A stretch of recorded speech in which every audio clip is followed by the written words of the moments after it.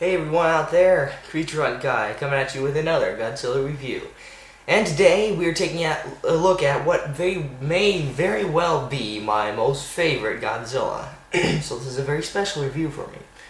This is Godzilla 1974. Now I'm not going to say he is my favorite because, well, Godzilla 2000 and Final Wars, let's just say it's close, okay? But this guy's definitely up there. In fact, I'm a big fan of all the 1970s movies and all the monsters that were featured in them, including Godzilla.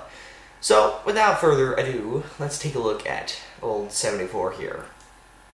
So, let's first take a look at his tag here, and please, sorry for the fact that it's all kind of wrinkled.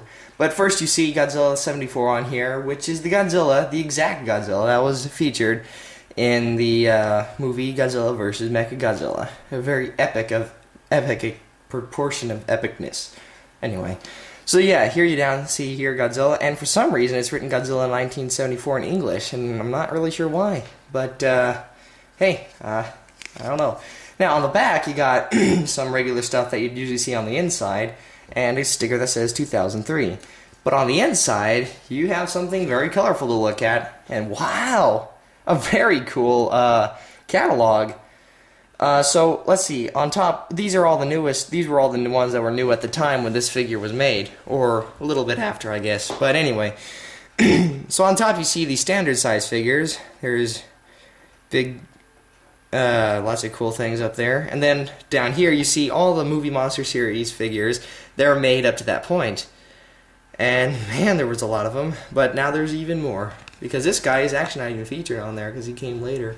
But anyway, oops. So that's the tag, and it's actually really cool. So now let's take a look at the figure himself, first with paint job. Okay, so first of all, paint job. Well, he's mainly black, which Godzilla, I think I like Godzilla to be mainly black, because I think it just suits him. And that's why this one's one of my favorites. But yeah, it definitely, all black, kind of a charcoaly black when you get in the light. It's not so much just matte finished black. It's kind of shimmers a little bit. It's kind of shiny black, so it's sort of charcoaly. But that main black is all up and down this guy. On the back you got his spines, which are very nice silver, very cool looking. And on the toes, there's a bit of paint rubbing on here. It's not their fault. It's mine. But on here you got some sort of a olive drab, sort of grayish color on there. Same for the claws. And then you got a little bit of a maroon tongue in there, kind of an odd color. But overall, this is a very dark colored figure, which the movie he was featured in was actually kind of dark too for the time. So it really does fit well with the whole theme of the movie and the Mechagodzilla sequel as well. So it definitely goes well together. Just looks great. Okay, so let's get a zoom in here for the detailing on this guy. And let's take a look at that wonderful head. Now, some people do not like the head and say it looks a bit like Barney the Dinosaur.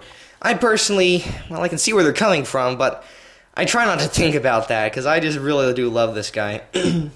So from the front, he does look kind of moon-shaped in the head. From the side, he looks great, actually. That's a weird optical illusion how he changes from this to this. But anyway, so here you got his face, which is very well done. Totally captures the movie version. I mean, it is spot on. And I mean, it looks exactly like it.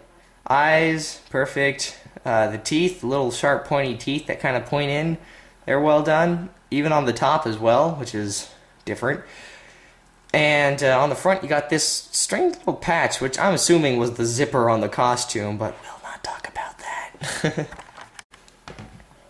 But yeah, so there's that little deal on there. I really don't know what that was.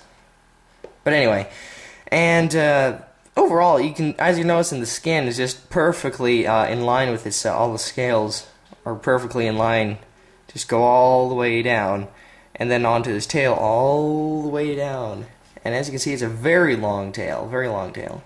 Then the spines, which go all the way down and are also painted all the way down as well, go all the way up and they're very well done too. They look like they did on the movie, and even up onto his head. And so yeah, it's just amazing detail, amazing paint job. Overall, it's just amazing. Now, articulation on this guy is also pretty good, even for a monster. So you got his head, which moves around a lot. It'll do anything you want. The arms go down like this, and also the feet go out like that. So we can kind of take big steps. And the tail does not move. It's in place. That's okay, because his legs, his arms, and his head move all very smoothly as well. So you can get him. Actually, you can get him in pretty expressioned poses. Now, as far as size comparison goes here, well, I'll be showing you guys Mechagodzilla later, but for now, let's just say, let's take Gigan here. And, because they are both 70s monsters, they go well together. Godzilla is about a little bit shorter than Gigan, but about the same height. It's just Gigan's spike gives him a bit of a height advantage, but only by a little bit. So yeah, I think that looks great. And whereas Gigan can't turn his neck, Godzilla can, which he's winning the war on neck articulation. But these two 70s dudes look great together. And then Jet Jaguar, of course.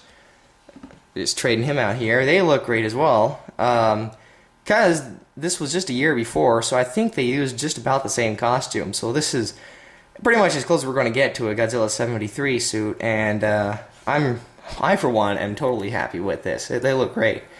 Jet Jaguar and Godzilla and Gigan all look good together. And then just to show a little bit of a difference here, here's Godzilla 68 and Godzilla 74. So you can see how the suit has changed over the years, and lots of people like this one. I like him too, and lots of people like this one. I like him too.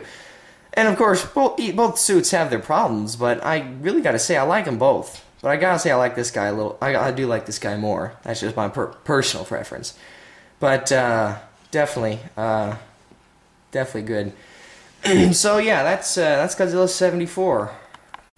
So Godzilla 74. If I've not made it clear by now that this is definitely worth the buy, then I don't know what's going to get you. But this thing is definitely cool. And what's something that I wasn't really aware of at the time when I got it first is that he goes just so well with all the other Showa monsters. I mean, I was not really prepared for him to be in scale, and it just looks so really good. Like, he totally rounds it out with all the other Showa guys, especially the 1970 ones. Like, he had Jet Jaguar, he looks great with them. We got Gigan, he looks great with them. And Gyrus, Mechagodzilla, Titanosaurus, they all just go totally together. Like 5 or 6 peas in a pod. I mean, they look great. So, definitely, if you got them, then you definitely want to get this guy. And, of course, you want to get this guy, because he's just cool. Unfortunately, though, he's pretty expensive now. When he first came out, which is when I got him, it was expensive, but it wasn't, like, ridiculous. Now, it is ridiculous. And if you can even find it on eBay or someplace, you know it's going to be expensive. And just be prepared to pay a lot for this guy, because it was something that fans had wanted forever, because it was their first Godzilla, it was their first 70s mold. And, it really pleased, because it was spot on to the movie version. So that's why it's going to be pretty expensive. So I'd say just get him when you can, because the price is only going to go up. So I'd say get him while you can, while he's still like under $200. Don't worry, he's not that much, but it's pretty expensive. But it is definitely worth the buy once you get it. So I'd say Godzilla 1974, definitely awesome. I'm Creature Hunt Guy. This is 74 Godzilla, and I'll see you later.